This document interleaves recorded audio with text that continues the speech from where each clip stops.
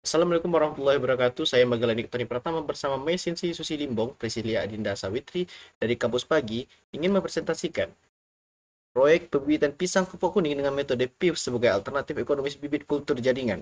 Di sini kami melihat permasalahan di mana ketersediaan pada anakan tunas yang tidak efektif untuk skala besar, serta risiko timbulnya hama dan penyakit seperti fusarium akibat pengambilan bogol dari berbagai lahan, serta tingginya nilai investasi dari metode kultur jaringan.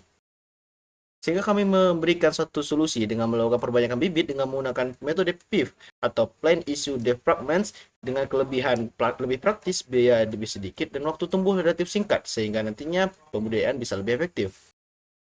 Kami tekankan di sini bahwasanya kami menggunakan pembibitan intensif dengan menggunakan fasilitas mini greenhouse pintar yang terintegrasi dengan Arduino Uno.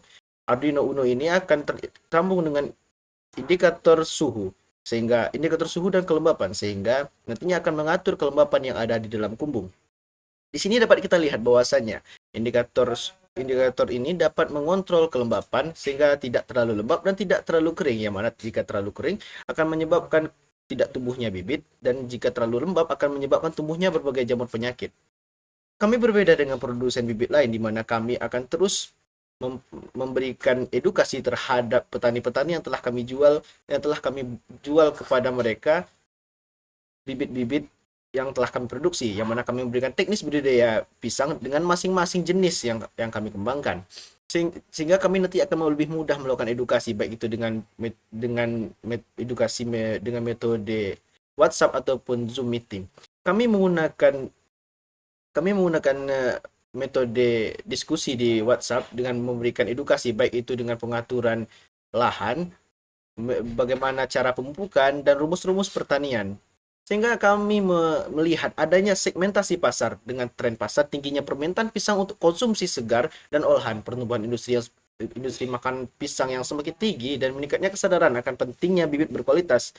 Nah, kami melihat di sini ada segmentasi di antara pasar-pasar kami. Yang pertama dengan mengambil segmen pasar kecil, yaitu petani, dan juga perusahaan agrobisnis yang membutuhkan kuantitas yang besar dan waktu yang singkat. Lalu, kami melihat adanya kompetitor dalam bisnis ini, yaitu produsen bibit kultur jaringan penyedia anakan konvensional. Akan tetapi kompetitor kami memiliki kelemahan masing-masing, diantaranya bibit kultur jaringan lebih lama tumbuh, bibit kultur jaringan lebih tinggi nilai investasi, dan juga bibit kultur jaringan tidak bisa menjangkau petani-petani di pelosok-pelosok. Nah, kemudian penyediaan anakan konvensional juga bermasalah di mana tidak terjamin keseragamannya, tidak dijamin kapan tumbuhnya, juga tidak terjamin bagaimana ketersediaannya tanpa adanya penyakit. Sehingga kami melihat ada peluang pasar yang akan kebutuhan bibit berkualitas yang terjangkau dan cepat tersedia, dan juga pemberian penjualan bibit pisang di area-area yang jauh dari instalasi laboratorium kultur jaringan. Kami di sini melihat bahwasanya pengemasan bibit dalam wadah yang aman dan mudah diangkut, stabilitas yang jelas untuk menjamin keseragaman bibit menjadi strategi pemasaran dari segi produk, di mana nanti kami akan melakukan penjualan dengan demonstrasi plot di berbagai daerah sentra pisang.